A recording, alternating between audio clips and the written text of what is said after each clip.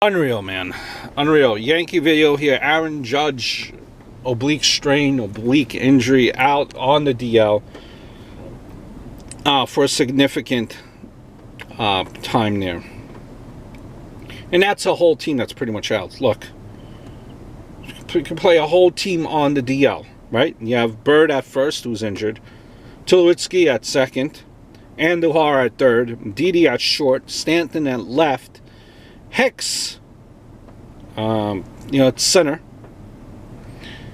Judge at right field, Severino pitching, and Sanchez catching, and Betances to come in relief.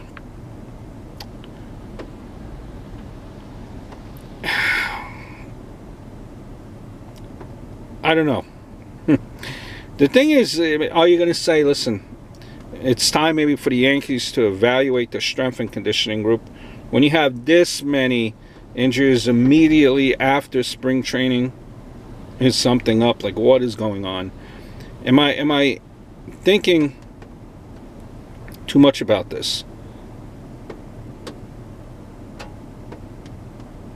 So should we be upset? Should we vent?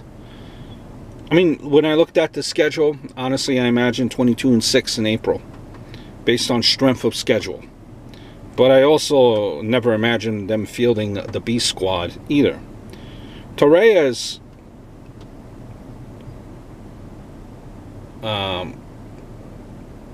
Torres is the only everyday player left from opening day, and we're still 500.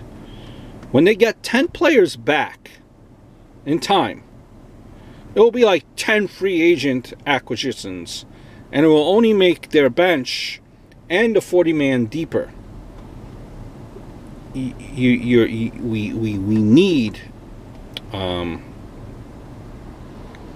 need the pitching staff to perform. Now, bright side, you're going to see Frazier gives him more of a shot. Are these meaningless April, May games? Usually what they are. It's not really when it comes down to the crunch. But if we let these April, May games kind of get away too fast, then it might come back come playoff time when final weeks of September there, and we could have had some of those April, May games. I'm just going to kind of go on a tangent here, right? And I bear with me, and I think baseball injuries are always highest in April as opposed to August and September. It's actually been studied, right? One reason I think could be why all these injuries are happening is as simple as the weather being colder and guys having long bouts between explosive moments, sprinting to a base, swinging a bat. They're producing huge rotational velocities and explosive power with their bodies, and things just give.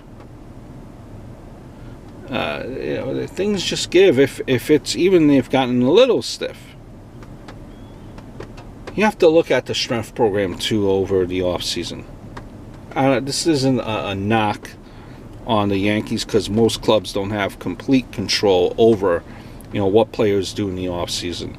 These guys I think they hire their own trainers, and if these trainers aren't up to speed as to what a baseball player needs as far as strength and conditioning, as far as that perspective,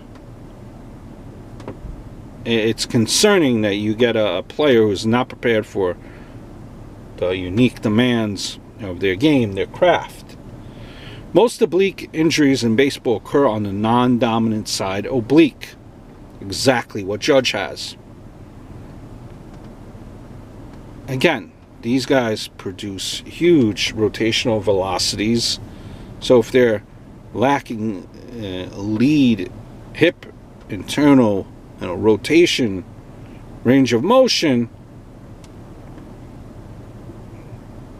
poor core control is part of it too. Rib cage over pelvis, which could encompass anti-rotation and anti-extension.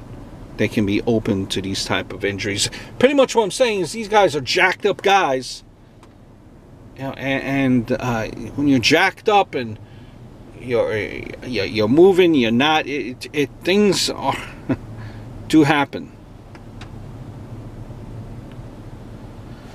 If they spent all off season doing hundreds of crunches, that just isn't going to cut it as far as the core is concerned. Same can be said for just lifting and not respecting range of motion and tissue quality.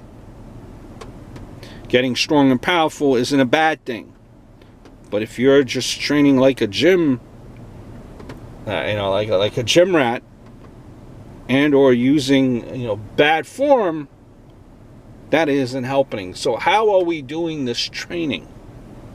Are we keeping in mind that we're a pro athlete, baseball athlete that needs to be out there, flexible, versatile? Or are we training as if we're bodybuilders? That's what I worry about, and that's what I think, because you see all this swing, all this powerful swings, all these home runs. Guys are jacked, in shape, strong, but are these conditioning programs taking everything into consideration to keep these guys in tip-top shape? Hope all is well.